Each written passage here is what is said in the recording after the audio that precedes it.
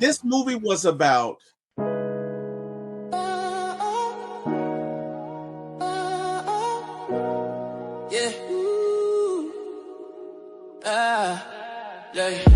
Lights, camera, action is going down. For my ATL movies, when we run this town with your host, T-Will, yeah, keeping it real. From the A to the screen, you can feel the thrill. Rolling with the classics, we're setting the pace. Highlighting the magic of our soulful space. Got the vibe, got the crew, making it tight. When the screen lights up, everything feels right. Grab your popcorn, let's make it loud. T-Will, T-Will. It's movie time, ATL style. Stand proud. From the silver screen to the hearts we steal. T-Will, T-Will. Every frame we capture is a real deal. Yeah. Talking premieres where the stars align. ATL views, yeah, they really shine. Behind the lens, capture. Hello, welcome, MCU Marvel fans. Welcome, everybody to the For My ATL Movies 1 presentation, the Doomsday Hourglass presentation of Daredevil Season 1, okay? With myself, T-Will, your host, and my guy, Mr. Jordan Burton. Jordan, tell these folks about the Doomsday Hourglass and just what it means, if you don't mind, sir. So, all right, we are counting down. We're going through all of the Marvel projects and on our preparation for Avengers Doomsday. I mean, initially we were just kind of going through everything, but we fine-tuned a schedule to where we will have everything done by Avengers Doomsday. So that hourglass, that Doomsday hourglass, the sands of time are going to be falling, and we are going to go through all of the Marvel projects, Marvel movies, Marvel shows, Marvel special presentations, all things not even just in one universe, but through the multiverse and connected. Anything that is connected, we're going to go through it, and we are going to be fully prepared. We'll try to be fully prepared for Avengers Doomsday. Who knows what's going to happen in that movie? Wow. Well, sounds like we got a lot of presentations, my friend. A lot of work. But you know what they say? Busy is good, right? Busy is good. So, without further ado, let's get to it, man. We are discussing Daredevil Season 1, which is critically acclaimed and justifiably so. I remember the first time I saw this, I was like, wow. I totally didn't expect it. I was just going through Netflix because I was bored, and I see Daredevil. What? And I check it out, and wow. You know what I mean? Couldn't get enough of it. So, main cast, Charlie Cox is Matt Murdock in Daredevil. Very critically acclaimed. Again, I think some would argue best Daredevil we've ever had. No disrespect to Mr. Ben Affleck. Vincent D'Onofrio as Wilson Fisk. And again, just a perfect portrayal of him. The one thing that stood out after going back and rewatching this, Jordan, is Vincent D'Onofrio was born to play Wilson Fisk. In his portrayal of him, in everything he does. In the fight scenes, you see nothing but the Kingpin. We've got Deborah Ann Wolfe as Karen Page, Eldon Henson as Foggy Nelson, Rosario Dawson as Claire Temple, a.k.a. Night Nurse, Vondi Curtis Hall as Ben Urich. Sorry about that. Alette Zurer, I think, or Zurer as Vanessa Mariana, who is the love interest of Wilson Fisk. Toby Leonard Moore as James Wesley, and Scott Glenn as Stick, and they were all excellent. Jordan, give me your thoughts on just Season 1 on Daredevil. Just give me your general thoughts on it.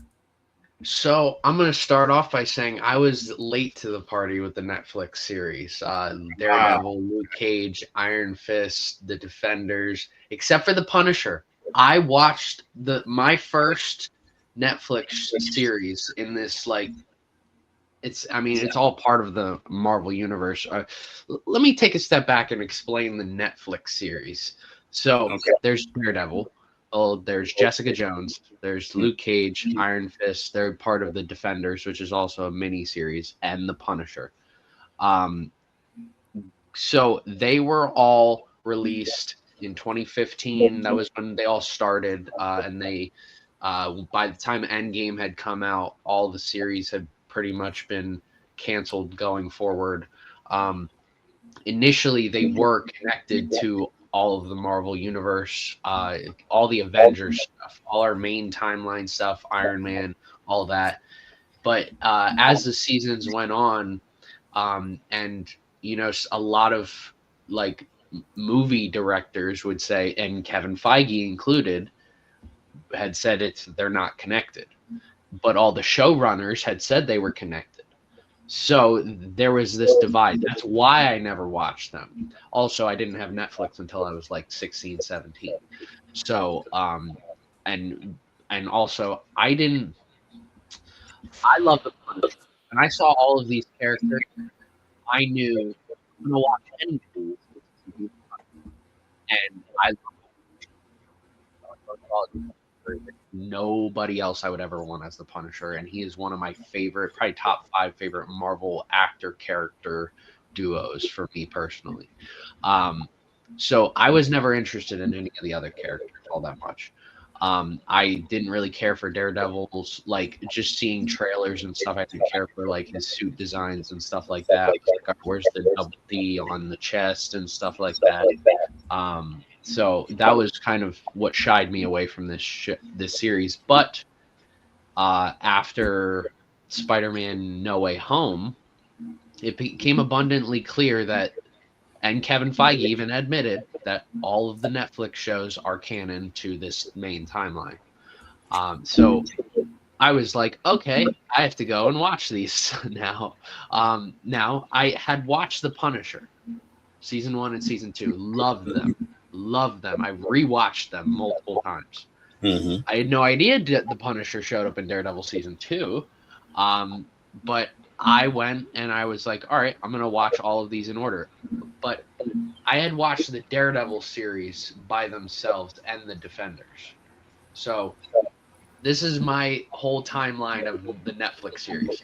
I started off, I watched season 1 and season 2 of the Punisher when they first came out. Then, in fact, my mom recommended me to watch them. It was the first time my mom's ever recommended me to watch a Marvel project. It's wild. I was like, okay, like if my mom really likes it, then I'm probably gonna love it. And I did. Then a couple years later, when it was announced that they were gonna be canon, I was like, and I had also been recommended by a lot of people, you should watch Daredevil. You should watch Daredevil. Daredevil's amazing. Daredevil is one of the best Marvel shows of all time. And I'm like, all right, it's probably not that great. I watched season 1, season 2, and the Defenders in season 3. So I didn't even watch them in order with Jessica Jones, Luke Cage, and Iron Fist. And I loved them. I still love Daredevil. Defenders was a little shaky at first. And then 2 years ago when I did my full rewatch, I was like, well, I might as well start watching the Netflix series. So in 2024, I watched all of these for the first time. Jessica Jones, Iron Fist, Luke Cage, and I rewatched all of the Daredevil shows. And that's my experience with the Netflix series. And I mean, now we don't even have to call them Netflix series because they're all on Disney Plus, but they all originated on Netflix. Even if you go to anything, they'll say like Netflix, Daredevil, Netflix, Luke Cage, Netflix, Iron Fist, all of that. So I love this season. I think it's a great starting point. I think there's a lot of rough parts of it, but I think it's great, like the way he gets his suit, that he doesn't just get his suit right away, that he's kind of making that like grounded suit at first, or he's just kind of like throwing stuff on. I think it's very interesting.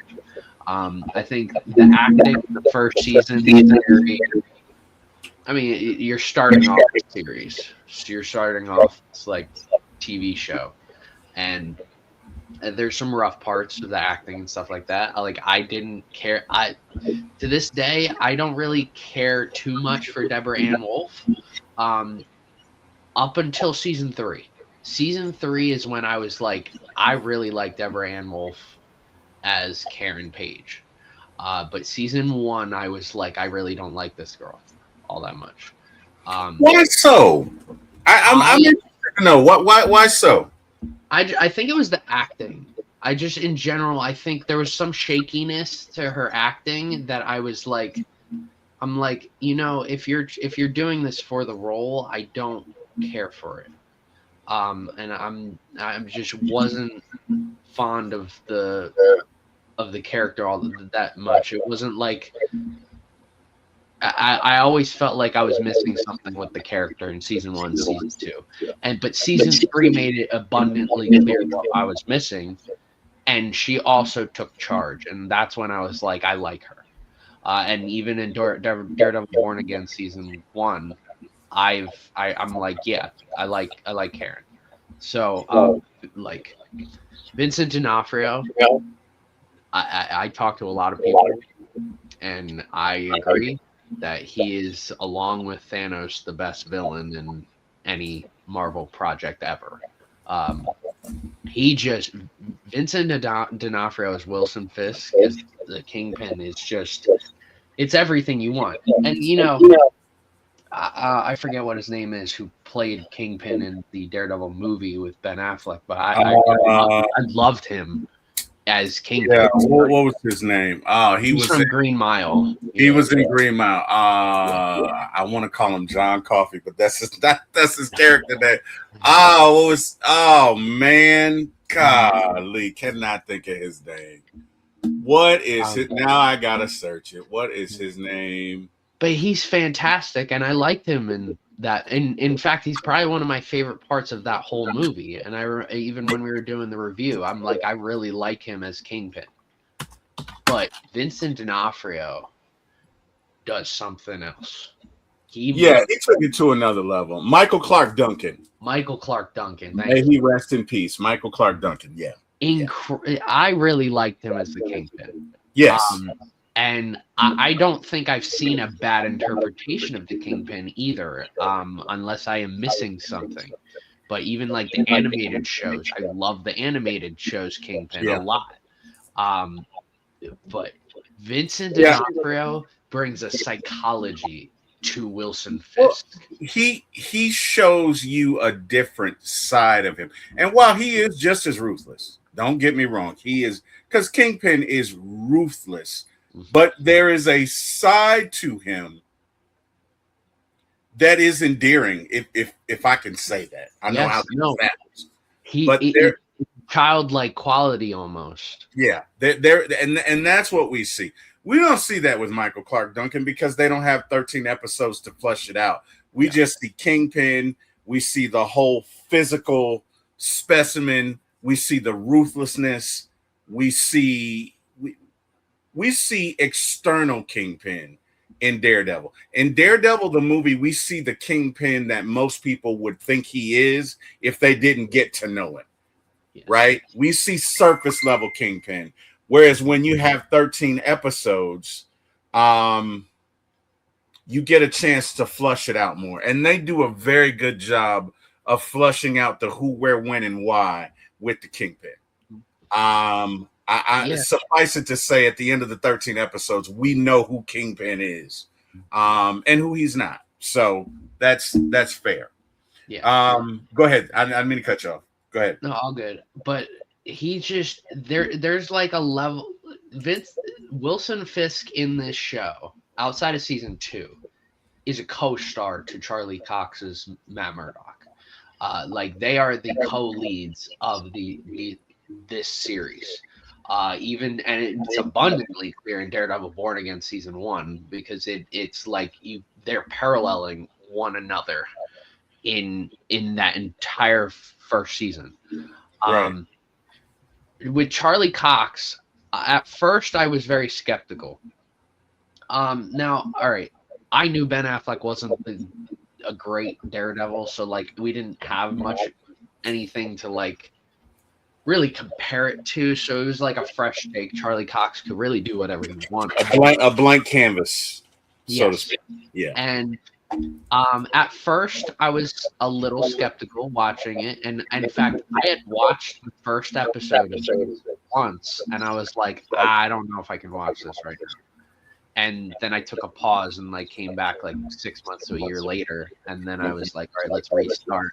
Let's look at it because sometimes you got to put yourself in a mindset when you're watching a show, and sometimes you just got to clear your mind. Right. And with this, I had to clear my mind. Just be like, all right, I'm getting introduced to new people, and I need to understand these people. Right. And I need to understand this and not compare it.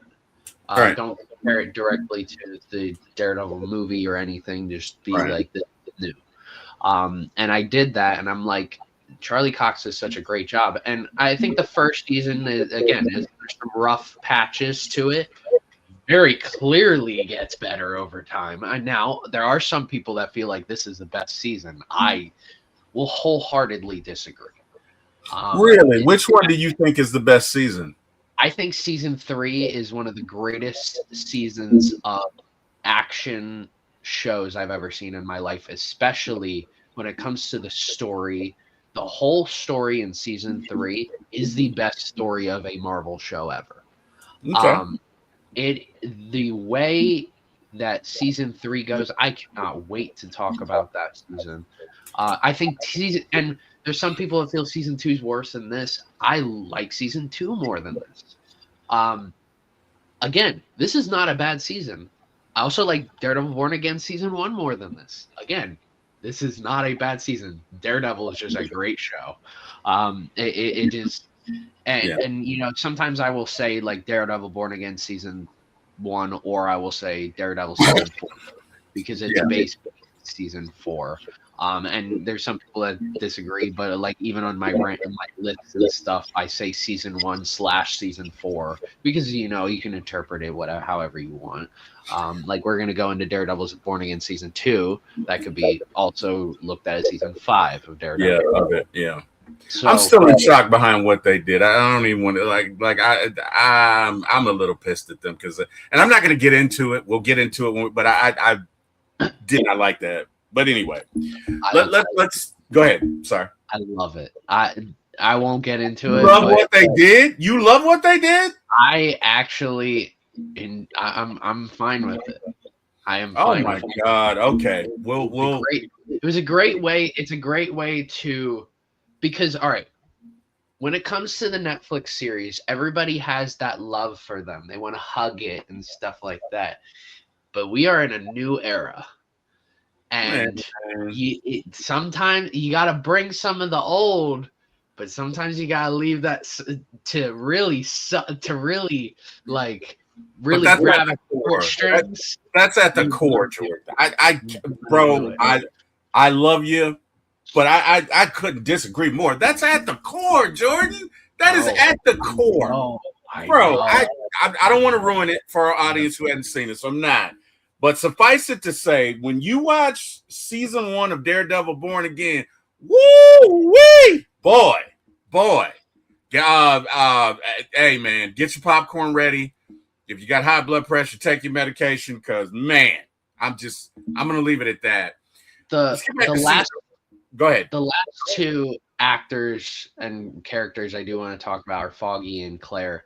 I like Eldon Hansen as Foggy. I think he brings such a level of comedy that you need. This is natural comedy coming off of Guardians of the Galaxy Volume 2.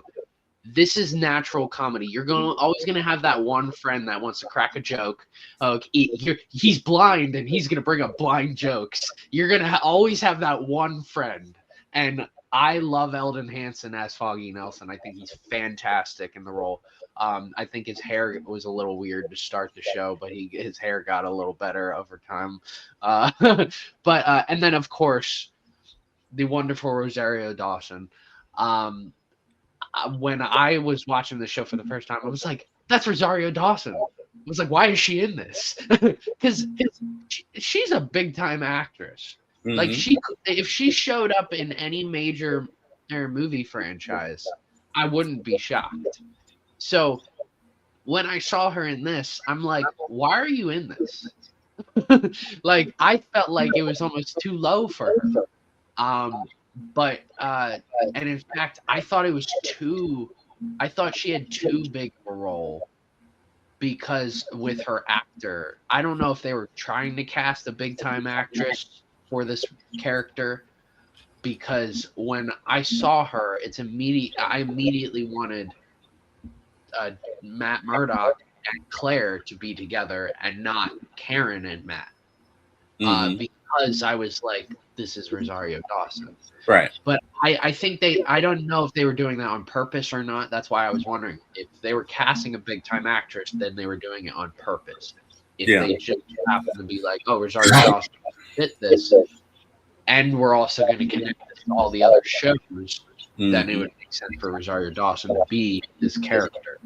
But I mean, Rosario. I don't have anything else to say about Rosario Dawson. She's an amazing actress. Like, I love her as Ahsoka too. Whenever we end up reviewing that, I have nothing but positive things to say about her in that role. But I mean, yeah, when it comes to the acting and then the one other actor, which is very hit or miss for me because I hated him at first, but I'm like, he kind of grew on me. Scott Glenn as Stick. I love Scott Glenn. I love him as Scott Glenn. But Stick's character, I'm just like, I really don't want Stick, though. He's an asshole. That's Stick. He's an asshole. That's what he did great. He did, and nobody does assholes better than Scott Glenn. Well, I mean, Scott does a pretty good asshole. Yes. You know what I mean? That's yeah. I mean, the first thing he says, do I get paid? I'm not doing it for free. And I'm like, what a jerk. Wow. Okay. Anyway, let's get to the overview of the show. So Matt Murdock, a blind lawyer in Hell's Kitchen whose remaining senses were heightened to extraordinary levels as a child after a childhood accident. By day, he runs a small law practice with his best friend, Foggy Nelson, fighting for clients who have nowhere else to turn. By night, he becomes a masked vigilante using his abilities to violently dismantle the criminal networks poisoning his neighborhood. As Matt balances his dual identity, he discovers the corruption in Hell's Kitchen runs far deeper than street-level thugs. It is orchestrated by a powerful and methodical crime figure operating in the shadows. Enter Wilson Fisk, a socially awkward but deeply dangerous man who believes he is the true savior of the city. Unlike traditional villains motivated purely by greed, Fisk views himself as a visionary willing to use brutality to rebuild Hell's Kitchen in his own image. As the season unfolds, Matt and Fisk emerge as ideological opposites, both shaped by childhood traumas, both driven by a desire to protect the city, but divided by one key line. Matt refuses to kill while Fisk kills everybody. Their slow burn conflict transforms the story from a simple vigilante narrative into a psychological and moral battle over what justice really means. Beyond all of that, season one explores themes of faith, guilt, loyalty, and the cost of heroism. Matt's Catholic upbringing forces him to wrestle with whether his actions make him a protector or a sinner, or both, while his secrecy stains his relationships with Foggy and Karen Page. The violence is grounded and consequential, leaving Matt battered both physically and emotionally. By the end of the season, Matt fully embraces the identity of Daredevil, not just as a masked fighter, but as a symbol for the city, proving that heroism isn't about power, but enduring sacrifice.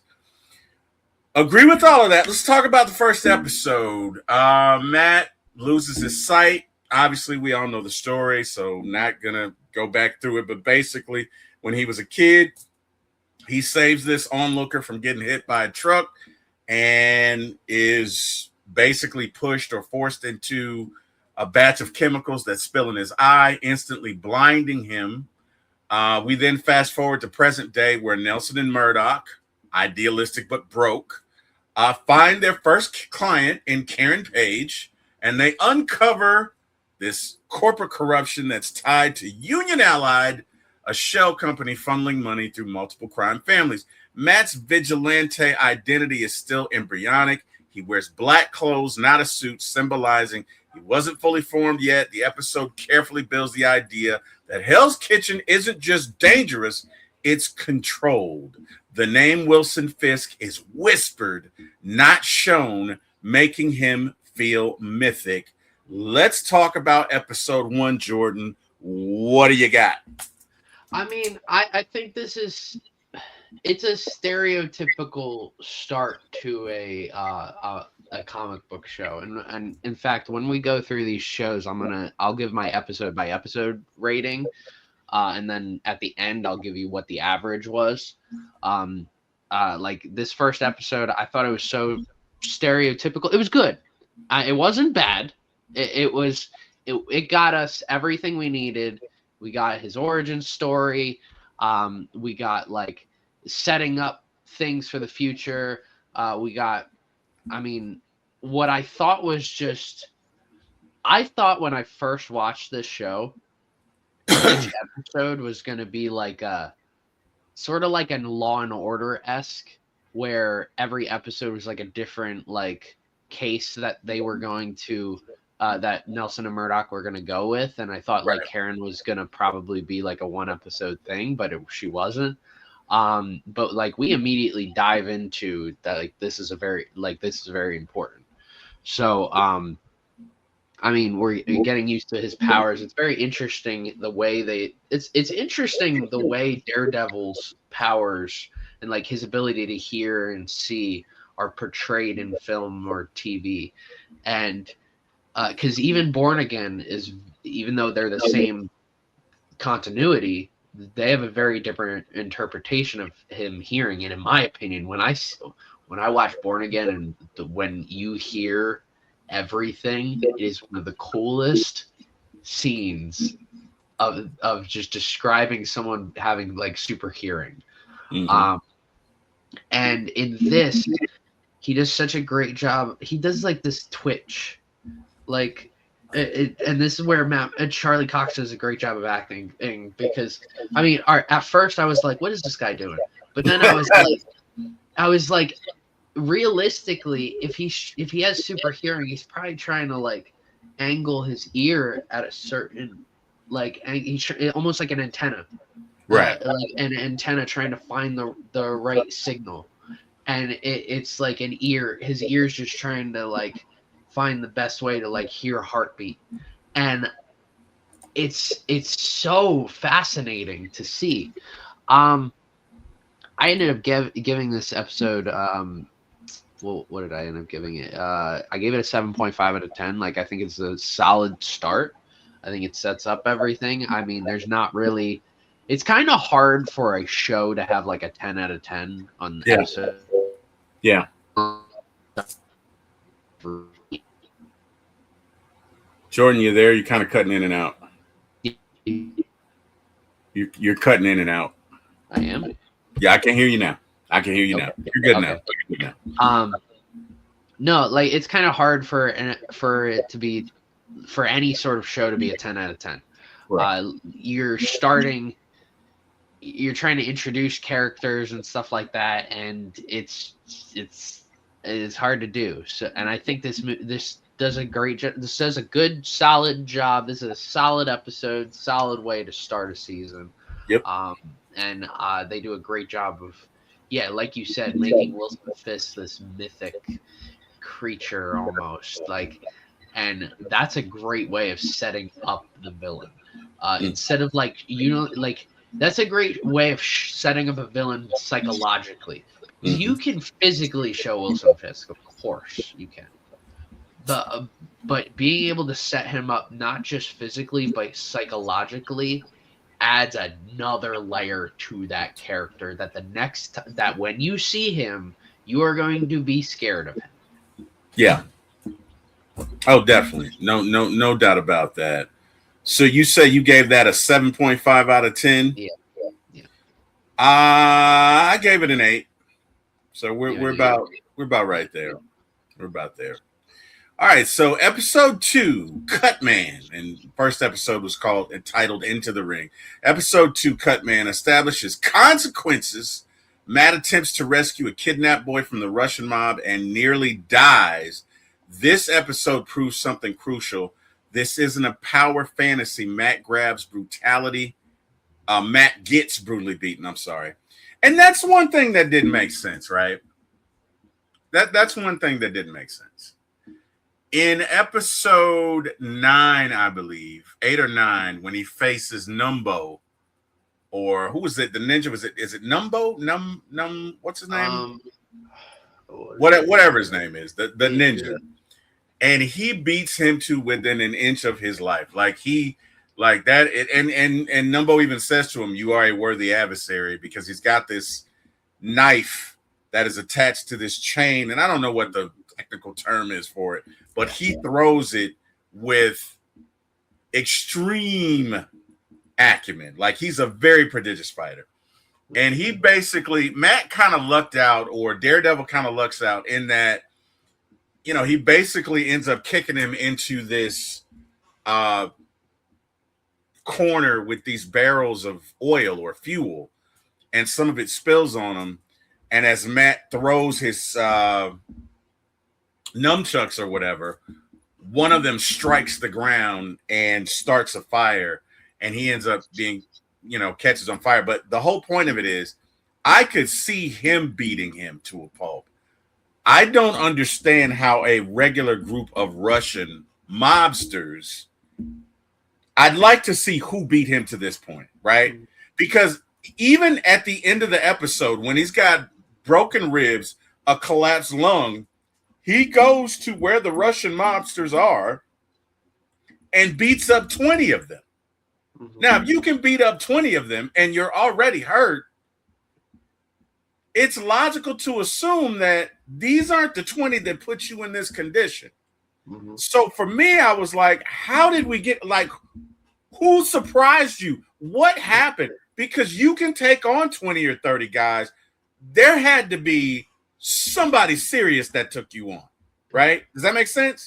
Yeah, and that's there's almost like a continuity issue with this first season, because every season going forward, you see build up and fighting, you see him learning, and this first season you see him learning, but then there's it's almost like he's not learning too much. So there are some issues when it comes to his fighting that he can win against this person but lose against this person, and it doesn't make a ton of sense. Well, I can understand certain matchups. Like the first time he takes on Wilson Fisk cleans his clock, but he had already taken on the ninja, and he's basically broken up. So he's not fighting Wilson Fisk at his best. And thank God Wilson told Wesley to, do whatever he did, because if Wilson Fisk could have killed him there, it was nothing, and it would be over. But from a plot standpoint, it doesn't make sense that you can take on 20 Russian guys after you've had 2 broken ribs, a collapsed lung, a whole bunch of probably a concussion, and all of this. You can take them on and beat them in that state, but they beat you before. That doesn't track. Mm-hmm. So for me, that's a hole in the plot. Mm-hmm. That's either a hole in the plot or lazy writing or whatever. But I that's the only thing that stood out to me, is how do we get here, right? But anyway, I do like the way that they showcase his powers in this episode, because he's there's a guy coming up the stairs who loves Preva cigarettes and heavy on this cologne and da da da da da, and he's like, wait a minute. She's like, wait a minute, you can, and he's like, trust me. And then, it comes up, and true enough, that happens. And then when he walks away, he's like, he didn't believe you, and here's why. And I thought it was kind of cool the way they dropped that. What was that? A fire extinguisher, and times it perfectly. And we don't see it hit him, thank God, but we get the point. And then he says, there's someone above you. He's young. He's scared or whatever. And she looks up, and it's her neighbor. I like the way they showcased his powers in that episode. I did not like the plot snafu or plot hole. So for me, I gave this episode a 5. This was my lowest episode rated, because I didn't like that. To me, somebody missed something here. It just didn't make sense. But I'd love to hear your thoughts on it. I ended up giving this a 7 out of 10. I I agree. There's plot issues with this episode. I think that's the issue with it overall. But I think there's a lot of development in this episode overall, and there's a lot of great dialogue too, between Claire. We actually are learning Matt more. Like Right. even though the first episode was understanding his origins, we still didn't really know him. It like the first episode. If you told me that the Daredevil movie got turned into a show, and that they were the same character, and I would have believed you based off the first episode. But this second episode makes it very clear that this is a different. We see more. Claire is almost the audience. We're trying to understand who this guy is, Right. and by him talking with her, it is explaining everything to her. And this, like you said, and then that hallway fight scene at the end of this episode is, I mean, it ends up being a defining moment going forward in just action and superhero films. That like hallway fight scenes, and when I think of hallway fight scenes, I think of Daredevil. Because his one shot, they're almost all one shot hallway fight scenes, and that's an incredible thing to accomplish, because in the 2000s with action films, especially the Jason Bourne franchise, and a lot of Mission Impossible, action started turning into quick cuts, right? But then, and it looks bad a lot of the times, and they're one of the Jason Bourne films, it looks terrible in some scenes because he's like crashing through a window, then suddenly fighting a guy, then instead of fighting a guy upright, he's fighting a guy down low. It's like, all right, how are we getting here? Where's the natural progression through this? So seeing one shot, I mean, there's obviously cut somewhere in there. Right. It's just naturally how these are. That's how the movie, I forget what the movie's called. I think it's called Extraction or whatever, with Chris Hemsworth on Netflix. Right. Where the sequel has a whole one shot, and it is incredible. But there are cuts in there somewhere. It's just really smooth cuts. And again, we're directing now. Daredevil's not the first show or movie to do that, but they did. It's an art form now, and it started with this episode here. Yeah, this is a heavy dialogue. We see Stick, obviously, and we're introduced to Stick, and I didn't care for him at first, but we're also learning more from Matt by his interactions with Stick.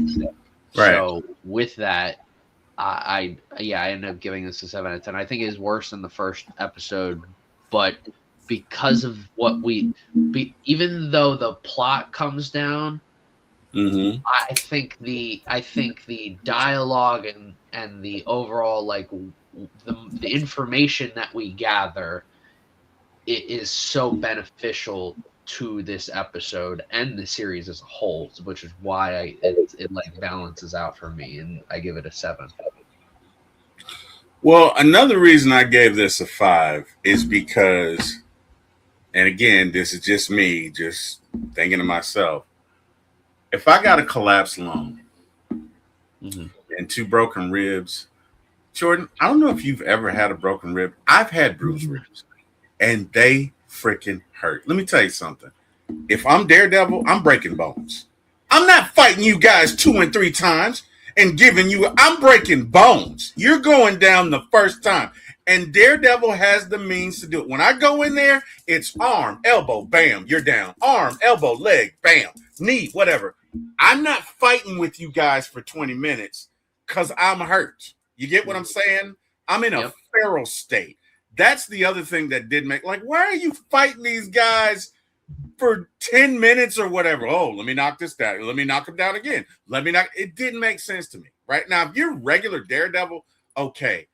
but you damn near died at the beginning of the episode, and you're here working overtime, playing hurt. You know what I mean? Yeah. I'm breaking some kneecaps, Jordan. I'm breaking some fingers. I'm gouging some eyes. We're playing for keeps. You know what I'm saying?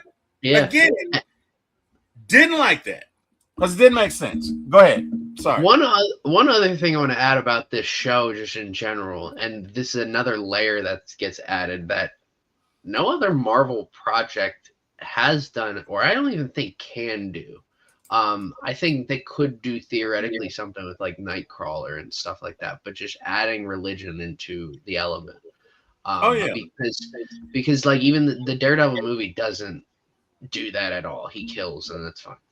But it is crucial to this whole series that you have a fundamental understanding of religion in general, and specifically for the show Christianity.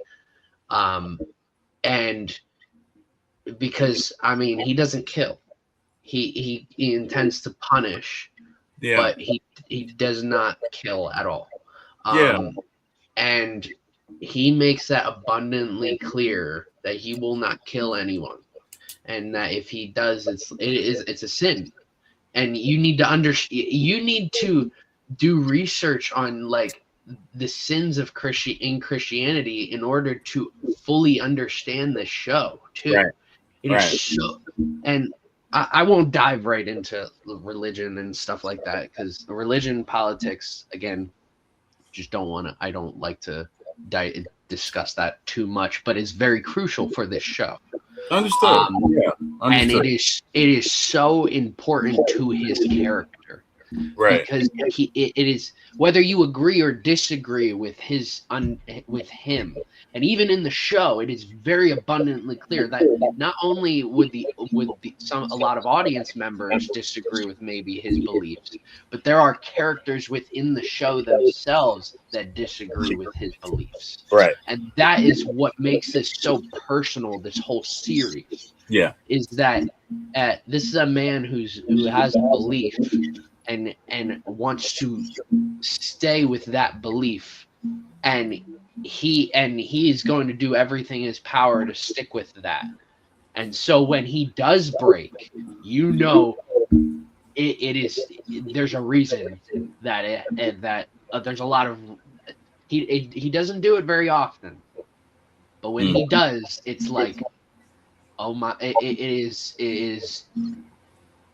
it makes scenes more powerful when you understand like why he doesn't do certain things. Right. So in this episode, for example, like you have Stick, who's not clearly a religious person, but you have Matt. Will kill anybody. Yes, but you have Matt, who is very religious.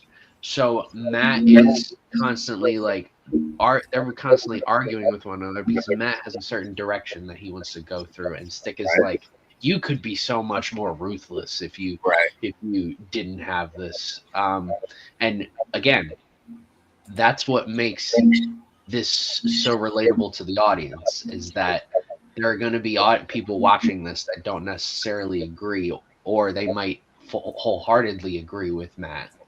Right. Or they might do the opposite and wholeheartedly agree with Stick, or wholeheartedly disagree with Stick. So it makes this whole that much more deeper and connected, just personally, for anyone watching. Yeah. Well, to be honest, Stick kind of tells him, you're going to have to make a choice. Like, go ahead. If you got friends and people you love, walk away from them, because ultimately they're going to hurt you. And that does bear fruit. I'm not saying Stick was right. Yeah. But you have to deal with it. And Matt talks about it in later episodes. Also, Kingpin kind of goes down a similar arc when Gal has a conversation with him, and she says, there's conflict within you. And she says, you cannot be hero and oppressor at the same time. Pick one. right? So they kind of have dual arcs in this series that kind of bear fruit. But anyway, let's skip ahead a little bit. Well, I guess we got to get into episode 3. We finally meet Wilson Fisk, awkward, soft-spoken, reserved, not the loud mob boss archetype. He's strategic and patient.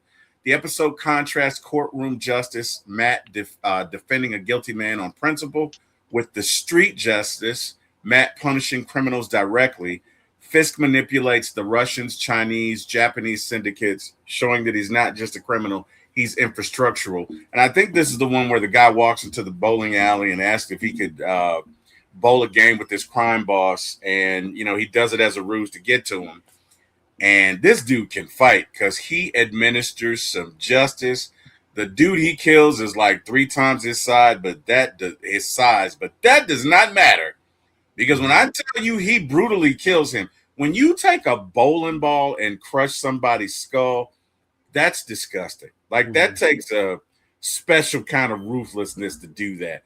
I would be physically sick if I saw somebody's head bust like a grape. Like, that's just, and not that they show that, but you get the picture, right?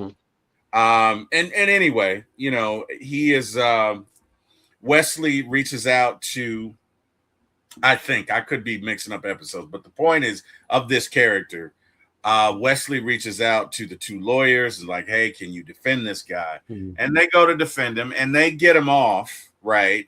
And then Daredevil comes to see him and they have a fight. And it's a good one because this guy can fight. This guy's a very prodigious fighter. But what's interesting is Daredevil gets him in a compromising position. I think he broke his arm or broke his leg or whatever, and applies pressure. And he's like, all right, fine. His name is Wilson Fisk. And then Daredevil gets up to let him go. And he's like, I wish you would have killed me. He's like, because he's going to kill everybody I know. He's going to, because I talked, because I said his name. You don't say his name, right? You don't say his name. That is something that you hear throughout the show. You don't say his name. You don't say his name. And he said his name. And what follows? Woo! This guy runs into a spike that's conveniently there and impels his head on this spike, killing himself. Let me tell you something, brother. That's rough. That's you gotta be a special kind of, I don't even know what to do that. There are better ways to go. But the fear of Wilson Fisk and what he will do to him for naming him is so great that this guy would rather die one of the most gruesome deaths ever. Wow. Let's talk about that. Give me your thoughts on that scene and just that episode in general. I mean, I'm gonna be honest, I didn't care for this episode all that much. I thought there was a lot of things that just like so happened to happen. Like all right, this whole bowling ball thing, which I don't know how he got off on that. I'm just like, how, like, you gotta literally pay him off. Like, I was just like, at that point, what was the point of having as much courtroom scenes as we did in this specific episode? Right. And I love a lot of the courtroom scenes in Daredevil, but this is probably one of the weakest ones. And this is a very dialogue-heavy episode. But when you get into that scene specifically, it's like, all right, the idea, it creates that idea of fear of Wilson Fisk. It builds up Wilson. But in that moment, I'm like, dude, I feel like I feel like you were very irrational in killing yourself in that moment. So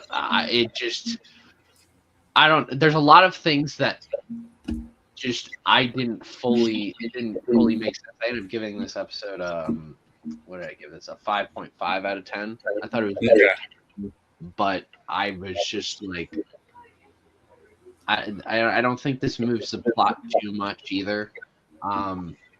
I think it's just very enjoyable because it's these specific characters. We get into a courtroom scene, but the courtroom scene's just not that great.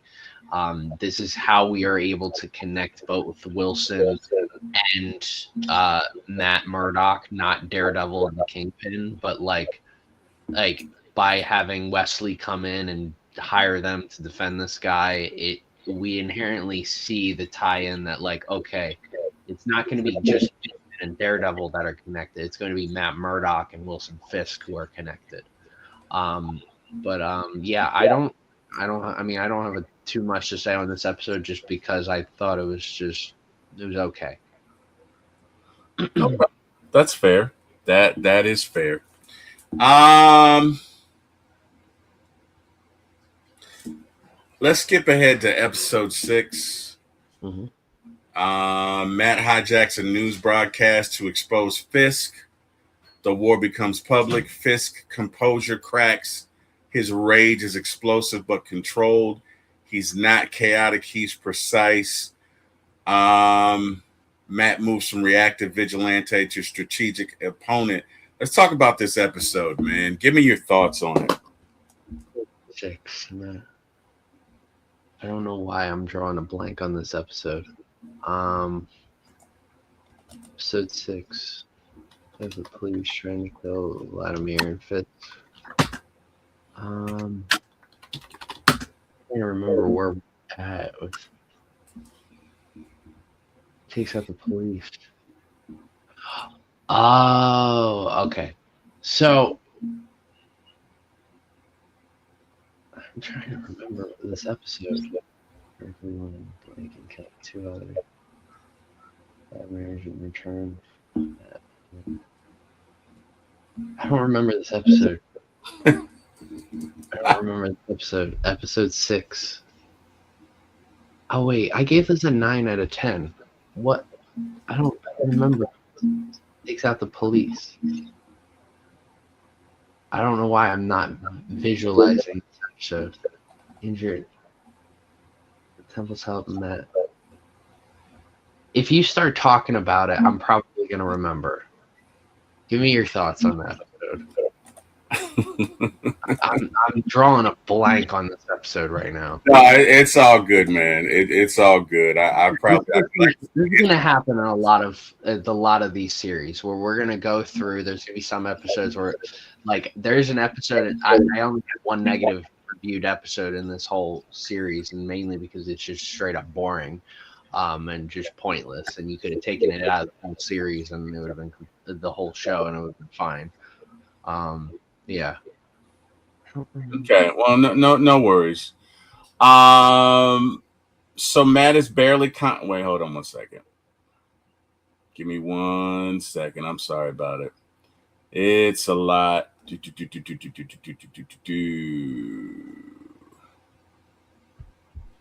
Okay. Sorry about that. So this is the one where he's caught up. We pick up immediately after the brutal hallway fight in episode 5. Matt is barely conscious. Claire Temple tries to stabilize him while the Russians close in. The episode wastes no time. There's a survival mode. So I think what's happening. Wait, no. I'm sorry. This is actually the one. Hang on one sec. Sorry about that. We're gonna have to cut this out, Jordan. That's fine. But anyway, Vladimir survives but is mortally wounded. He's angry, confused, and desperate. Fisk manipulates the situation by tipping off the police, framing Daredevil as a cop killer. Okay, so this is the one where he blew up all of those buildings, and Matt. Oh yes, I remember this episode. Yeah. Okay, I love this episode. All right, all right. I got this now. So this episode is the turning point in the entire show for me, and what I found enjoyable about Daredevil, because we realize that Wilson has the police. We realize that it's like, okay, I'm trying to, when I first saw this, I'm like, how is he getting out of this situation? Right. And he starts to learn more and more from Vladimir. And again, with his faith, he's still trying to keep him alive. It doesn't matter if he's a bad human being or not. Vladimir's injured during this. But he's still trying to keep him alive, both to get information, but also he wants to keep him alive because he wants to save him. And it is very abundantly clear that it is Matt Murdock versus New York. Right. Because if Wilson has the police, I felt very uncomfortable going forward for the rest of the show because I'm like, all right, police can help. No. Yeah, it's almost like the end of Batman: The Dark Knight, where he takes on the mantle of the bad guy. This episode had that feel to where, okay, yeah, it really is New York versus Daredevil. But go ahead. Sorry about that. I mean, I gave this episode a 9 out of 10 because there's a lot of dialogue. This is a high tense situation. Even on rewatch, it's a very just high tense situation the entire episode, all the way to the very end, the final scene. Like, I mean, you see very clearly who Wilson has under his belt. And you have Ben Urich, who's trying to get some information too. Ben Urich is starting to see the plot holes almost in Wilson's regime and in the police themselves. That like, all right, I have to figure things out. And this episode also does a great job of like pinning Daredevil as the problem to not just the police but the public too. That he's not just this vigilante, but he's a criminal. That's what they're painting him out to be. So This episode does such a great job of just dialogue, just morals, and setting up so many problems going forward. Yeah, no, agreed. It really does. It's interesting in that we have the dialogue between Matt and Vladimir, and it starts out with because Vladimir thinks he killed his brother, right? And understand, let's take a step back to episode 5. Mm-hmm. Wilson is, and we kind of have to talk about this, but Wilson doesn't connect with many people, right? So he's captivated by Vanessa, right? He meets her in this art gallery. She's a breath of fresh air. Very attractive, beautiful to her, beautiful to him. Sorry about that. And he's captivated by her. And she asks him a question about, it's basically a picture of a white canvas, right? And this is the one thing I disagree with Art. I'm not paying $50,000 for a picture of a white canvas. I'm just not doing it, right? It's a rabbit in snowfall. No, it's a picture of a white canvas. And I'm not paying $50,000 for something that I could go to damn Office Depot, and I'm not doing that, right? That's just me, okay? And don't get me wrong, my wife, who is probably the more cultured of the two, likes art. As a matter of fact, she brought art 20-some years ago, and I gave her so much grief, but I'm glad she did because the art has accrued in value. Wait. Yeah. That would make sense. It has what's the word I'm looking for? It has increased in value. It has what's the appreciated word? Thank you. Appreciated in value. But I'm not buying a white canvas, Jordan. I'm just not. Nah. Okay. All right. I do want to say this. I think art.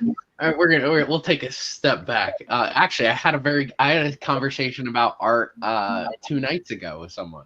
When I went out one night, I had seen someone who had a tattoo of a famous artwork. And I was with a friend of mine, and my friend was like, it's a very famous painting. I can't tell you what the name of it is, but if I tell you everything in the painting looks like it's melting, including a clock, you'll be like, right. Oh, I know exactly what you're talking about. Right. Even if you Google melting painting, that will be one of the first things that shows up. Okay. And in fact, I have a clock from that painting right here. Oh, wow. So the person I was talking to had a tattoo of that clock, and I was like, that is such an interesting tattoo. And my friend next to me, very uncultured, was like, what's wrong with the clock? And I was like, dude, this is one of the most famous paintings ever. And she's like, yeah, like for some people, when it comes to art, it is more of art is always a personal thing. So while you and I will not, you, I, him, anyone that we know, maybe one friend or two, will not buy that painting that Wilson bought. I would not. Wilson connects with that painting. That's why he bought it, and that's how all art is. My favorite. Wilson was trying to get with Vanessa, and that's why he bought that painting. I think that's 50% of it. I think the other 50% of it is his like growing up and looking at the wall, looking at his. You know what? I did not think about that. You are 100% right, because his father tells him, now look at the wall and think about what kind of man you want to be. You're right. You're right about that. That for art, it's all about like what you connect with. Like my favorite painting is Starry Night by Van Gogh. I've studied Van Gogh. I've studied Picasso. I've studied Michelangelo. I've studied a lot of different artists, and Van Gogh. I mean, he's a little weird, and him and Da Vinci are two of my favorites.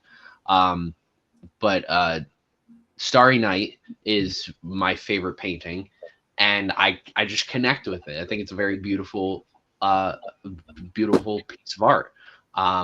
So for some people, there's going to be that work of art that you're like, I'll pay $50,000 for it. And for Wilson, that was this one.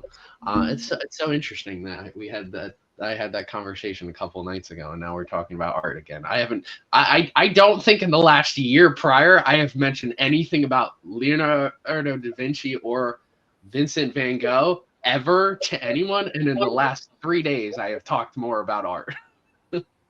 That is absolutely awesome. Yeah. All right, we're back. All right, Jordan. So we were talking about episode 6, and we kind of got off track a little bit, but you wanted to make a comment about episode 7 or something? Yeah, so episode 7 we get into Stick. I was mentioning episode 2 and talking about Stick, but that's not the case whatsoever. Episode 7 is obviously, again, we're gonna get lost, especially when you get into 13 episodes. Luckily, there's no like 24 episode seasons that we're doing. Yeah, my goodness, that'd be something, wouldn't it? Absolutely. Like if we were to do the series Supernatural, yeah, we'd be all confused.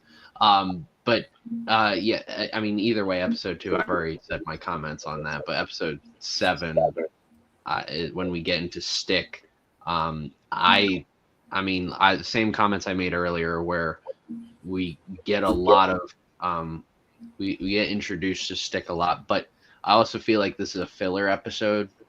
And I think if this episode was done earlier on, I would think more positively about it. But I mean, I have this at a 5 out of 10 because I just think it's just a filler episode. While we get a lot of, I think it's crucial. It feels like a little too late. Like this whole first season is his origins and becoming Daredevil. He's already a vigilante to this point, but he has not become widely known as Daredevil until the end of this season. Right. So with this episode, it feels like at some points we go backwards to the beginning while I'm trying to move forward.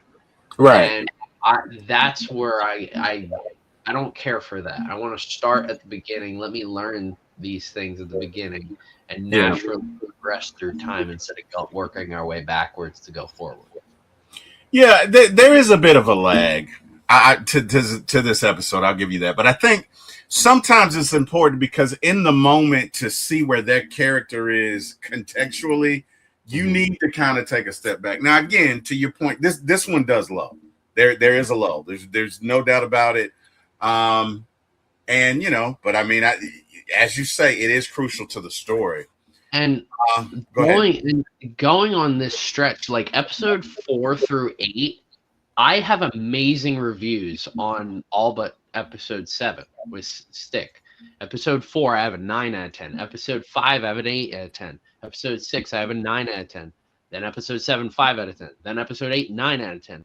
It, like, when you're watching these in order, it feels like episode 7 just kind of like it feels like we're culminating to something, but then episode 7 happens and it's like, okay, wait, we need to take a pause with all, even though all of these important things are happening, let's work our way backwards and also introduce you to this guy Stick.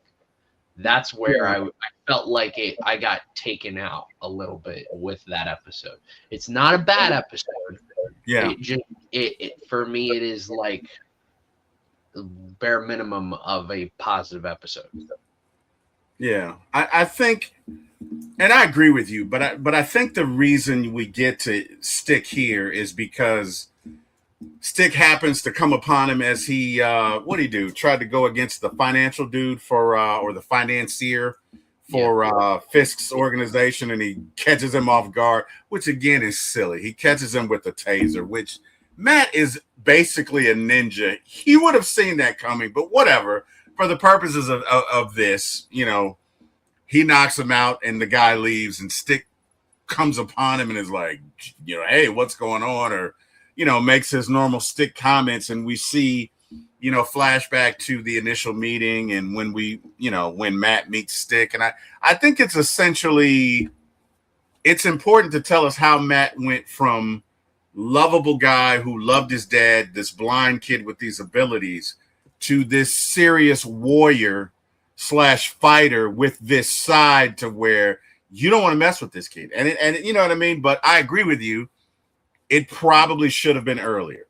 You know what I mean? It probably should have been earlier in the story. But I agree. And it is a bit of a lull. But we get to episode 8 then. It kind of does the same thing, but this is a natural progression of working our way backwards to go forward. Right. Where we get Wilson's origin story. And the way the beginning of this season set up was like this mythical creature in Wilson Fisk. Right. And so there was more intrigue, like, who the heck is this guy? So we are now at a point where it's like, okay, but like, why is he the way he is? And this episode is perfectly placed for us to understand his mission, right? Moral mission, right? Look, like again, like Thanos, I don't. There are people you can talk to where they're like, I like Thanos because I understand why he did it, even though you don't support him. You don't support what Thanos was doing. You just understand why he was doing it. He was definitely a better father than Odin, and I don't support what he did. Absolutely. Definitely a better father than Odin. Wait. But, no, he wasn't. You tricked me. You tricked me. Was. No, he wasn't. No, you tricked me. Clip it, chat. You tricked me. Oh my God. He said it. I didn't. He said it. He was definitely not a better father than Odin. You tricked me. Okay. All right. But like Thanos, where Wilson, we understand why he is the way he is, and that he was raised in an abusive household by his father. And look, I'm gonna be honest. After he kills his dad, his mom's a little screwed up too. Like, hey, at first I was like, I feel bad for the mom. She's being abused and stuff like that. And then after Wilson kills his dad, she's like, all right, let's clean up the body. And like, she was so like we're doing this, and she was so ready to do it. And I'm like, you're sick and twisted too. Like, I know, like she had done it before. Yeah. She kind of snapped into place. Like, yeah, let's get the saw. And I give this episode a 9 out of 10. This was tied for my highest rated episode of the entire first season, just because this develops this character so much, and we now understand going forward in seasons going forward, we understand why he is doing the things that he does, and and why he has like OCD tendencies in certain things, like with the pins on his the cufflinks. Like he does these things because he has a mission, and he needs to go with this mission. He believes that everything he's doing is right, and he has a job to do. So this so when Vanessa shows up, and this is what Vanessa's character is so crucial, because Wilson is working man. He's going through trying to achieve his goals, and then he sees a beautiful woman, and it's like he's like I really like Vanessa. I gotta stick with my job, and I need to let Vanessa know that. And Vanessa ends up being sick and twisted too, as we go along with the seasons. But it's like him straying off is showing that he's not perfect, and it's also humanizing him, and it's making him relatable. So this it's great to see it's great to see like a villain like this in a show like this, where it's not this mustache twirling villain that you could make Wilson Fisk out to be. It is he has a moral dilemma. He grew up the way he is, and that is why he's working as hard as he is. And he also has this dilemma now, not a dilemma, but he likes this girl and wants to be with her, but he's trying to balance those two things out. I think he loves this girl. And I think it was that way from the moment he met her. Look at when what's his name? Vladimir's brother interrupts their dinner. Ah! And he's like, Wilson, I thought you were different, and da da da da da. She's angry because she feels like Wilson has lied to her about the business that she's in. And she's like, I don't know where we go from here. And for him to respond that way, no, sir, he loves her, because it was that act that got Vladimir's brother's head literally bashed in. Like they do. I noticed they do a lot of that in this show. When they want to kill you, they kill you. Like he takes his head and crushes it in the car door so many times that it literally burst like a grape. Like, that is not like, sir. That is not, I'm interested. That's, I love this woman. I love her. I love her. And I will kill you and 15 other people like you for doing what you do. All he does is interrupt, right? Mm-hmm. So, no, I think Wilson is, I don't know that Wilson has ever been in love. I think that is the conflict here, that he is compelled to be with this woman. It's not even a thought as to if I'm going to be with her. It's how can I be with her? Yeah. How can I be with her and still be the head of this organization and still carry out what I'm trying to do? And she kind of bails him out here in episode 8 when she aligns with him, because you know what? I think she just wanted somebody to be real with her. And in their interactions, he says, I will never lie to you. He's like, now I don't like to be questioned about certain things, but I will never lie to you.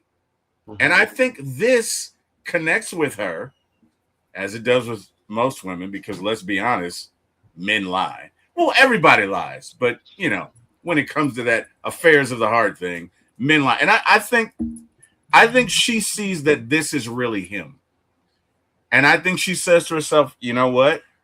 Maybe he is a murderer. Maybe he is everything that they say But he is. he loves me. He may be a murderer, but he loves me. He doesn't lie to me. He's He rich. doesn't lie to He me. loves me. He doesn't lie to me. He Right. can buy me nice things. But he's a murderer. He's basically Ted Bundy. I mean, okay.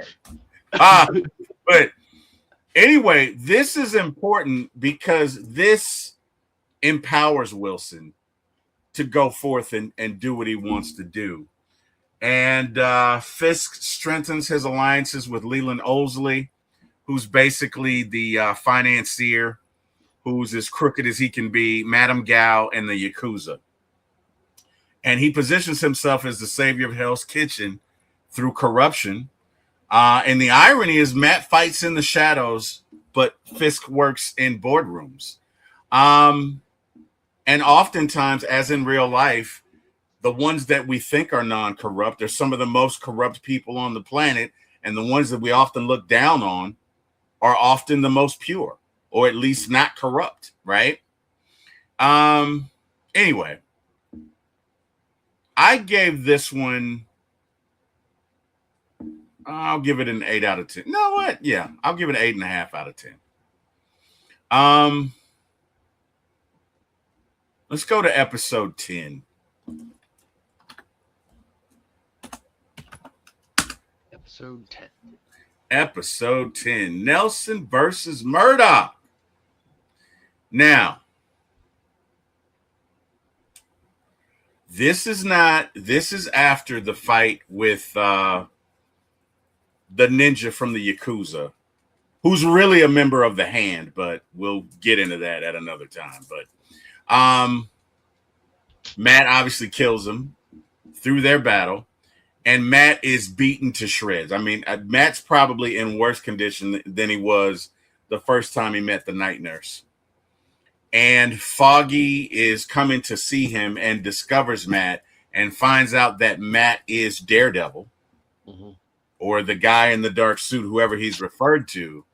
And this is kind of a crossroads in their relationship because Foggy feels like he's been lied to. And he has. Make no mistake about it. And Matt has to reveal to him his powers, his abilities, and all of that. And Foggy is really disappointed in him because he feels like you've been lying to me the entire time. Now, the one thing about Foggy believes, and Foggy is kind of naive, but he believes that everything can be settled legally. Mm-hmm. And that's just not true. There's some people that are above the law. There's some villains that you can't get them in the courtroom. You have to get them outside of that if you want to balance the scales of justice. But we see Foggy's naivete, but he's really disappointed in Matt. And we see, again, their origin story and how they met in college and how they became avocados at law. Avocados at law. And just everything. And we really see that Foggy's just a sweet guy. And really, Foggy is Matt's conscience. In these first 3 seasons, he's Matt's conscience. And you know, he and Matt kind of, I don't want to say they go at it, but Foggy's really just, he feels lied to and disillusioned, and justifiably so. The funniest thing is when he's like, so you knew I was lying every time because you listened to my heartbeat? And Matt was like, yeah. And he was like, that's so invasive. And I'm like, you can't put a law on that. I mean, bro, it's like human rights. It's a human rights thing. Like it's like he has the right to lie. He's lying, yes, that's bad. But like it's a basic like human right. Like I don't know. Do I not have the right to deduce if you're lying? Do I not have that same right? Oh no, you have the right, but like Matt knows 100% if someone is lying, and that feels like it does feel like an invasion of privacy because like it could be as simple. It's not like, all right, yeah, some lies are crazy. I don't lie to people unless I have to. Like I'm in a serious, like, I have to lie to you. Right. But otherwise, I'm very bluntly telling the truth to people. And uh, but when it comes to like small lies, even did you get me this, like, are we doing a surprise birthday party? And Foggy could have been like, no, and he's lying. And like, it's stupid stuff like that like Matt will always know when someone is lying. And that just, it feels like an invasion of privacy and an invasion of like human rights almost. But what's he supposed to do? Say I have these superhuman powers, and I mean, you know what I mean? Yeah. Like, I don't blame Matt for like keeping it from him. Like I would have, he did the right thing. Right. But and I love this episode. I love, like, because this is an emotional episode that we needed in this whole series, because like, I mean, yeah, you could easily like create some sort of emotional attachment with like a love interest or stuff, but Foggy and Matt have known each other for years, so there is a backstory of this friendship.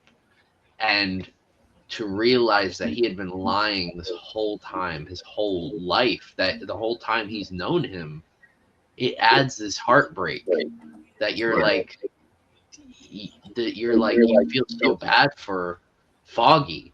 Like, Right. Matt was doing the right thing, but you just feel bad for Foggy. And that's why I gave this episode an 8.5 out of 10. I think this is the emotional anchor Right. of the whole season. Right. Well, I felt like, I mean, when you think about it, Foggy's not being realistic, because think about from Matt's, he can't tell you who's going to do that? I mean, would you do that? If we're friends and you're Daredevil, would you honestly do that? How do you know I'm not? Not just say, how do you know I'm not? Whatever, man. The point is, I get your point. What my nights are like. Nobody knows what my nights are like. There's a reason I tell people I achieve everything at my best at nighttime. I come up with the best ideas at nighttime. Nighttime, I'm a night warrior. I'm a terrible morning person. Why do you think that is? Oh, wow. George is really a superhero. Okay. All right. I save. I inflict justice. Oh, wow. That's I am vengeance. That you are vengeance. You are the night. I am the night. Yeah. Okay. All right. Let's talk about episode 12. That's funny. Okay. Wilson Fisk realizes the walls are closing in. The FBI is circling. His allies are wavering. For the first time, we see cracks not just in his temper, but in his empire. He doesn't panic. He just reorganizes. Vanessa is poisoned at a gala event to solidify Fisk's public legitimacy. The message is clear. Someone close to Fisk is targeting his only vulnerability. The composed businessman becomes desperate lover. When Wilson discovers that Leland Owsley poisoned Vanessa as leverage, he responds with cold, deliberate brutality. He drowns Leland in front of his own money. The moment confirms Fisk doesn't tolerate betrayal. He eliminates it. Karen Page and Ben Urich are one step away from exposing Fisk publicly. The investigation has moved from suspicion to proof. They just need one final piece. After episode's 10's fracture, the episode begins the slow healing. Foggy Nelson isn't fully on board, but he understands Matt's mission now. The emotional foundation begins to repair just as the external stakes explode. Let's talk about this episode, man. Episode 12. Give me your thoughts. I mean, when he kills Ben, oh my! I wasn't prepared. I was terrified in that moment. Yeah, because I'm like, I knew right then and there. I'm like, he's in the room. I'm like, he's not walking out of this. No. And it ultimately sets up a great character arc for Karen to have in future seasons. Like her character arc as a whole throughout the show, Right. really starts right when he dies because it Right. motivates her to go in a different direction with her life and to be an independent person. So this is and I mean trying to kill Vanessa. Bold strategy, Cotton. Didn't work out for you. I mean, I love this episode because it adds high stakes for it's so crazy because we feel for Wilson throughout this show, Right. and we're like, why are we feeling for the villain? And we want Vanessa and Wilson to work out, and so when Vanessa is hurt, we're like, oh no, oh no, oh no. But we're like, why? We want him to hurt because he's the villain. No, because we're sympathetic for him because of his upbringing. So it's a great writing for this because we feel for these characters. Right. That's true. That's a very good point. That is a very good point. These characters that we shouldn't normally be rooting for Wilson. We shouldn't at all, but we do, and it's I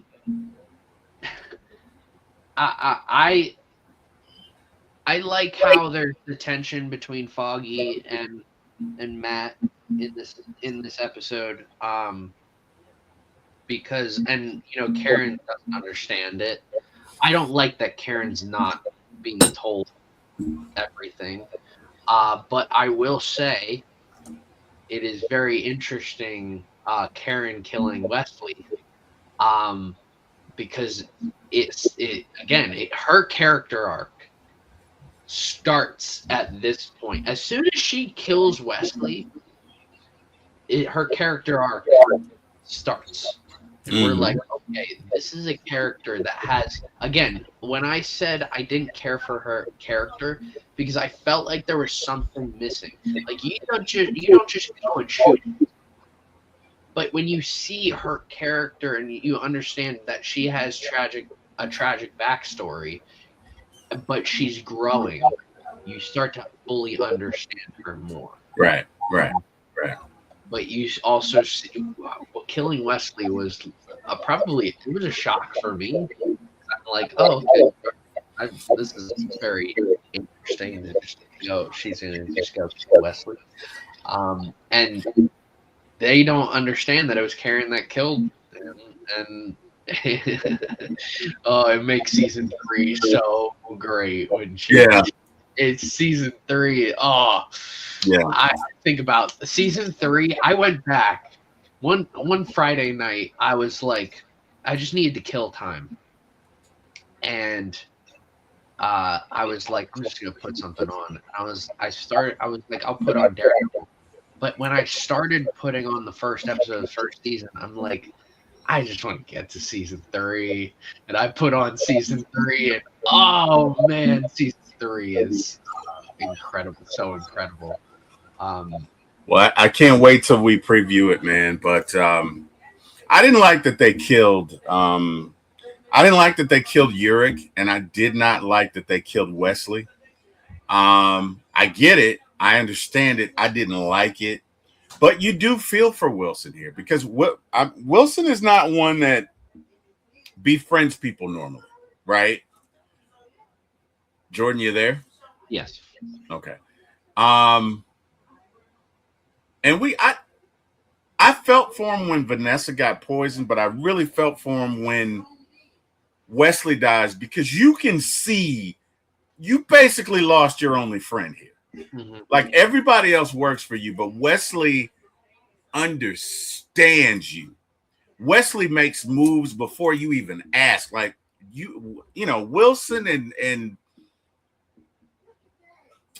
Wilson and Wesley are kind of like Shaq and Kobe on the court. They're kind of like Scotty and Michael on the court. They just fit. They know how to work together. You know what I mean? and Wesley is loyal, almost loyal to a fault, but he's loyal.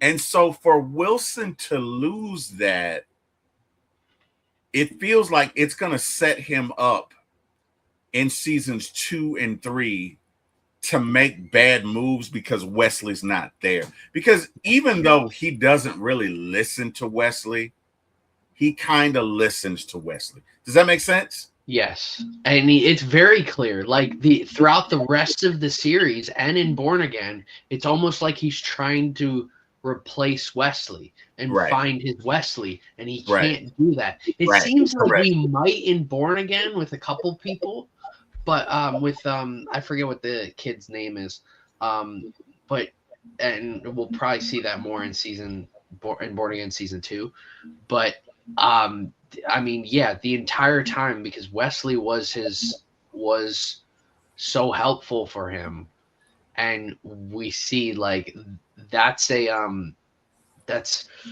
like if Kingpin is like if you're playing chess and he's a king and Vanessa is queen, like his last line of defense behind Vanessa and Kingpin and himself is Wesley.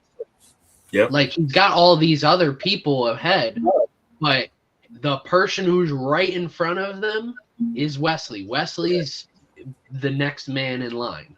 Right. So eliminating that creates a weakness in his strategy and going forward.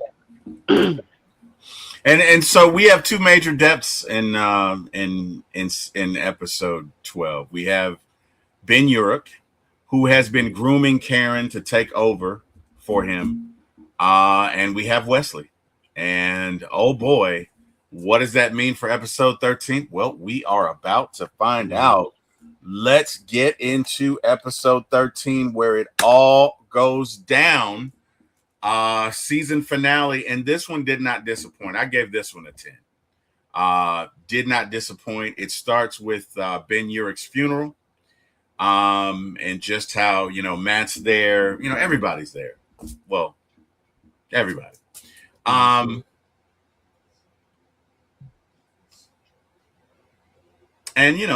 the folks are coming. The story is released. And the walls are closing in on Wilson Fisk. The media narrative he once controlled begins collapsing. For the first time, Fisk is reacting instead of orchestrating. Fisk arranges an extraction while under the FBI custody. So the FBI come and pick him up. And this is one thing that I think they really did well, is when he tells the story in the Bible about the Good Samaritan. Mm-hmm. And they think it's one thing, they being the guards. And it ends up being something altogether totally different. And he says, I am the bad intent that has come upon the stranger while he's in a place he shouldn't be. And as soon as that happens, the barricade is the armada, the convoy is attacked. And this is another thing. And even though I gave this episode a 10, this is one thing I don't understand. If you've captured Wilson Fisk and you're transporting him somewhere, wouldn't you have guys with automatic weapons? I know I would. I'm not going to have just police officers and FBI agents with 9mm. I'm going to have the SWAT team, and I'm going to have some FBI, and I'm going to have some special forces, and you can show up and try and extract him if you want to. Everybody's going to die. You're not going to extract him. That's the one thing I didn't agree with, is that you know who this is. You know this man has capable resources. Why do you not have adequate weaponry to defend yourself? Do they actually know who he is by this point, though? I don't think they fully know what he's capable. The actual police that he doesn't have in charge, I don't think they fully understand. They started arresting everybody. They arrested a senator. Mm-hmm. They know who he is, or they should. They know who he can control, but they don't know how much power I think he has. Okay, all right, that's fair. And that's why we see when he does get arrested in like season 3, like how much more serious they make everything out to be like this guy needs to go away. Okay. All right. That's fair. Nelson and Karen Page and Matt all get together. They all got the same goal. They're like, let's get him. Let's go. As a matter of fact, they're celebrating while he's arrested, and they're celebrating. And all of a sudden it comes out that, hey, man, he's broken out and he's about to get away. And Matt is like, we're not having this. And he goes to see Melvin, the guy who had seen a few episodes before, and Melvin made him this suit. And he dons the suit, and we now have Daredevil. And Daredevil, I don't know how he ends up just meeting Wilson where he is, but whatever. Ends up coming upon the convoy that now Wilson's people are leading, and attacks it, takes out the guard that's guarding him. Again, it's just one guard, but whatever. And we have the final showdown between Daredevil and Kingpin, and it does not disappoint. They get after it. And we see how capable Kingpin is, but guess what? Round two, we see just how prodigious a fighter Daredevil is. They get after it, and Daredevil takes him down. Give me your thoughts on this matchup, Jordan. I mean, it's a fantastic fight scene. This is the culmination of the entire season that we wanted. I gave this whole episode a 9 out of 10, which is tied for the highest rating I gave any episode this whole season. I don't.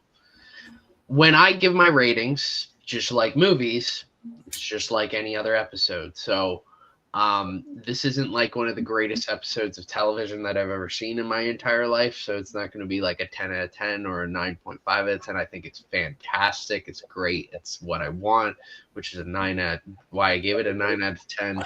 But I think the dialogue's fantastic in this. I think it is a great way. Like, culmination is exactly the word I would use to describe this entire episode.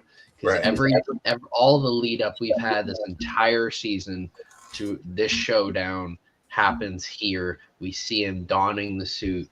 Again, I have an issue with why he doesn't wear the double D's on his chest, but it is what it is. They wanted it to be more realistic, but it's a man wearing a red costume named Daredevil. So I don't know how much more realistic. I mean, at that point, just add it onto the chest. Who cares?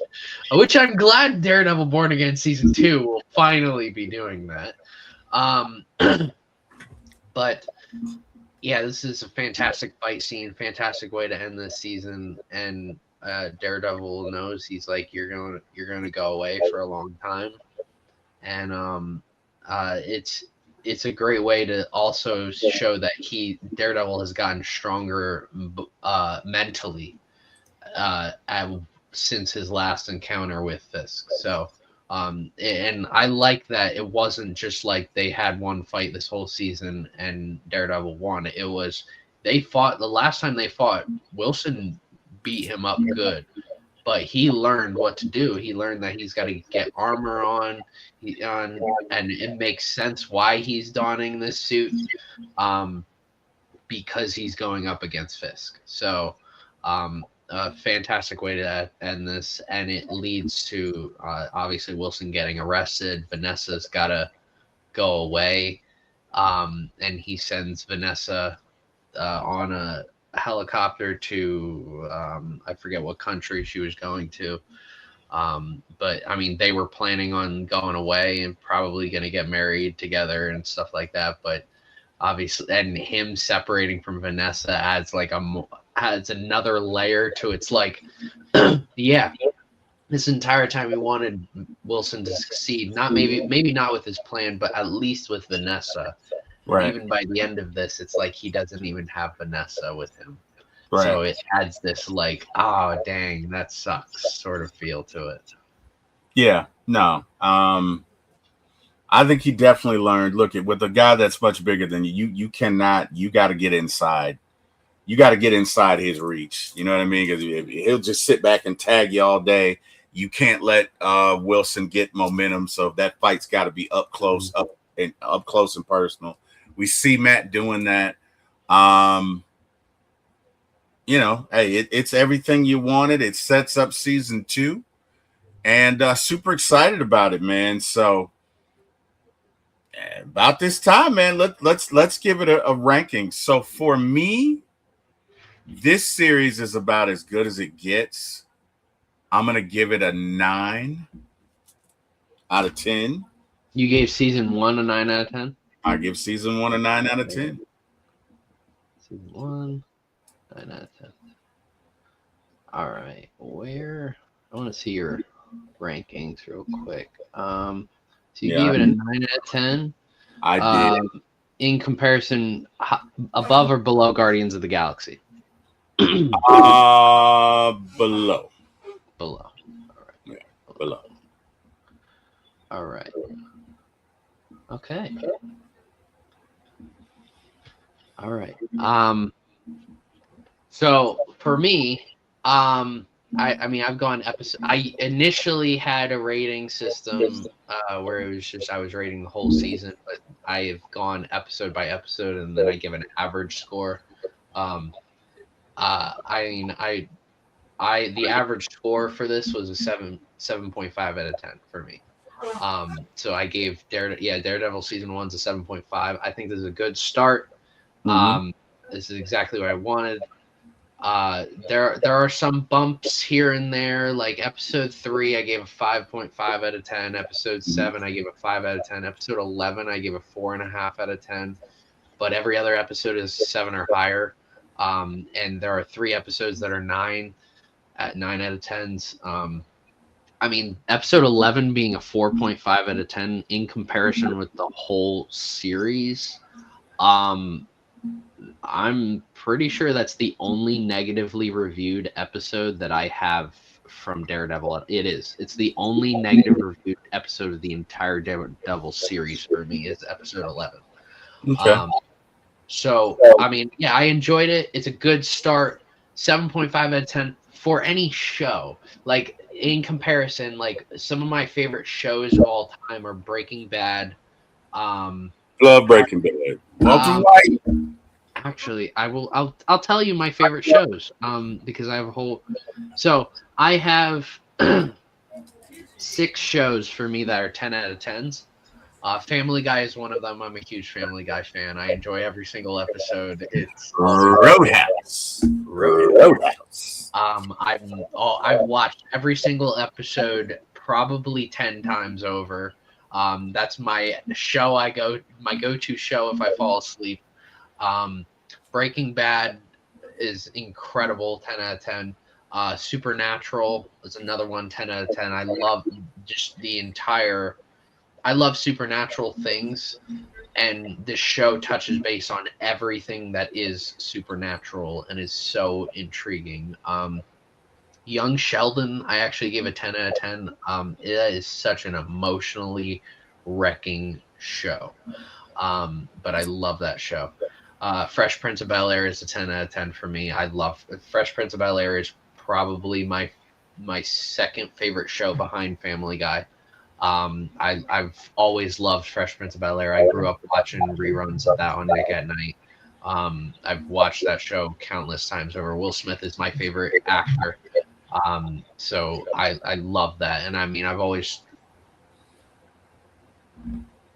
mean, I'm not from Philly. I'm from I always tell people I'm from Philly area. I mean, if Philly adjacent. Yeah. I'm not. I want to make that very clear to people. I'm not from Philly because people from Philly will be like, "You're not from Philly." I know I'm not from Philly. Right. And then Bates Motel is my last one. That's a 10 out of 10. I really enjoy Really? that. Okay. I actually watched that series before I watched Psycho. and it made me appreciate Psycho that much more. And Psycho actually is a 10 out of 10 movie for me. Um, but yeah, I love Bates Motel, love all that. And then so when it comes to shows, just like movies, it's kind of hard for me to get to that with Daredevil. So I gave it a 7.5 out of 10. It is actually I put it below Wonder Man. I liked Wonder Man more, I think, because I think I connected more with Right. the character a little bit more. Right. And I think the dialogue also, the acting in general in Wonder Man Was better. far superior. Yeah, it is. The acting, the writing, and it just there it wasn't as action heavy like Daredevil. There's more of a psychology to Daredevil, and that I really enjoyed. Which is why they're on the same level. But I did enjoy Wonder Man just a little bit more. Interesting. Well, yeah, Wonder Man was a better series. I'll give you that. That definitely was acted better, but this is just one of my favorite, probably my favorite. I like season 3, but I don't know. It's just something about being the first. I remember how I felt when this came out. I must have watched it twice the first weekend it came out. Mm-hmm. So I watched it and then watched it again and was like, oh my God, and then called my friend. So for me, maybe that's a part of it. But yeah, definitely enjoyed it. Next, we have Jessica Jones season 1. And we also have some upcoming Oscar picks that we are going to preview Thursday and Friday of this week. We have F1, we have Sinners, we have Frankenstein, and we have the other one that I can never remember that I'm about to look up, an absolute mess or so. Wait, hold up. I'll give you exactly what it is. I'll give you I don't exactly remember. I know what the poster looks like because I've seen it a million times, but it's I literally wrote down the Leo film. That's what I wrote down in my notes. Watch the Leo film. It is, yeah, the Leo film. It is. Jesus, now I gotta find it. I should have had this ready. It is. What is it? Hang on, let me look this up. Fandango. It is. I'm gonna tell you in just a second. Such a boring title. It's probably gonna be a good movie, but the title is boring. Like Sinners is such a cool name. F1's so boring because you're just taking that straight from literally F1. Yeah, it's one battle at a time. One battle at a time. So yeah, we're gonna stereotypical. we're gonna do Frankenstein one battle at a time, and then F1 and Sinners on consecutive nights. We'll do it Thursday night of this week, and then Friday night of this week, and then Saturday of this week. We're gonna do Jessica Jones season 1 and Avengers Age of Ultron, which I know a lot of people don't like, but I love Age of Ultron. I have strong opinions about Age of Ultron that I thoroughly enjoy it. I love it. There are people who say it's not good, and I'm like, you're telling me. Yeah, when you look at the overall landscape of the movie, it's like, yeah, it's not the original, it's not Endgame or Infinity War, but you're telling me when you put that on, you don't have as fun of a time as you do with the first Avengers movie and Endgame and Infinity War. You're lying to yourself. I love that movie. I thought it was great. You know what I mean? Boom! Looking for this? I thought it was great. Anyway. Hey, we'll get a chance to get into it. Jordan, tell these folks where they can find you, man. You can find me at Ultegacy, Ultegacy. I just posted my top 50 quarterbacks of all time list. You can go check that out. You can also follow me on Instagram or Letterboxd, see what I'm reviewing, anything I'm watching. I still got to watch Scream 7. I'm probably going to do that today. I have not heard great things about it, but to be honest, it's Scream, so I don't care. Right. The worst thing could happen, and honestly, as long as it's not Scream 3, that's all I'm asking. But I can't wait to watch that. I mean, I just watched. What did I just watch recently? I just watched The Iron Claw, which was such a depressing movie. There is a 30-minute span in that movie that I'm like, it's like you get hit by a truck. Like it's like everything's going great, and then for 30 consecutive minutes, you're like, boom, boom, boom, boom, and you're like, by the end of the film, you're like, this is depressing, and it's all based off a true story. Wow. I had the Iron Claw right now is I originally had Guardians of the Galaxy Volume 3 as my top movie of 2023 at a 9. Well, I won't spoil that what my rating is for that. But Iron Claw actually topped it. So Iron Claw is my number one movie from 2023 now. It was that good of a movie, and I would highly recommend it to anyone. Okay. All right. Well, fair enough. You can find me at For My ATL Movies 1 on YouTube if you love the TV series and the movies. If you love ATL Sports, you can find me at For My ATL Sports 1 on YouTube as well. And Jordan and I will be with you all this week as we have so much to preview. So, hey, if you get a chance, please check us out. Stop by. Please feel free to like, share, and subscribe, and tell your friends if you enjoyed this. We will see you later on this week, and you guys have an amazing amazing rest of your weekend. And also, hey man, have an amazing week. Good night, everybody. This movie was about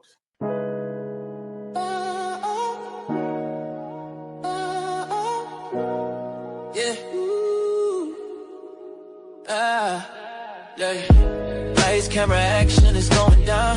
For my ATL movies, when we run this town with your host, T-Will, yeah, keeping it real. From the A to the screen, you can feel the thrill. Rolling with the classes, we're setting the pace. Highlighting the magic of our soulful space. Got the vibe, got the crew, making it tight. When the screen lights up, everything feels right. Grab your popcorn, let's make it loud. T-Will, T-Will. It's movie time, ATL style. Stand proud. From the silver screen to the hearts we steal.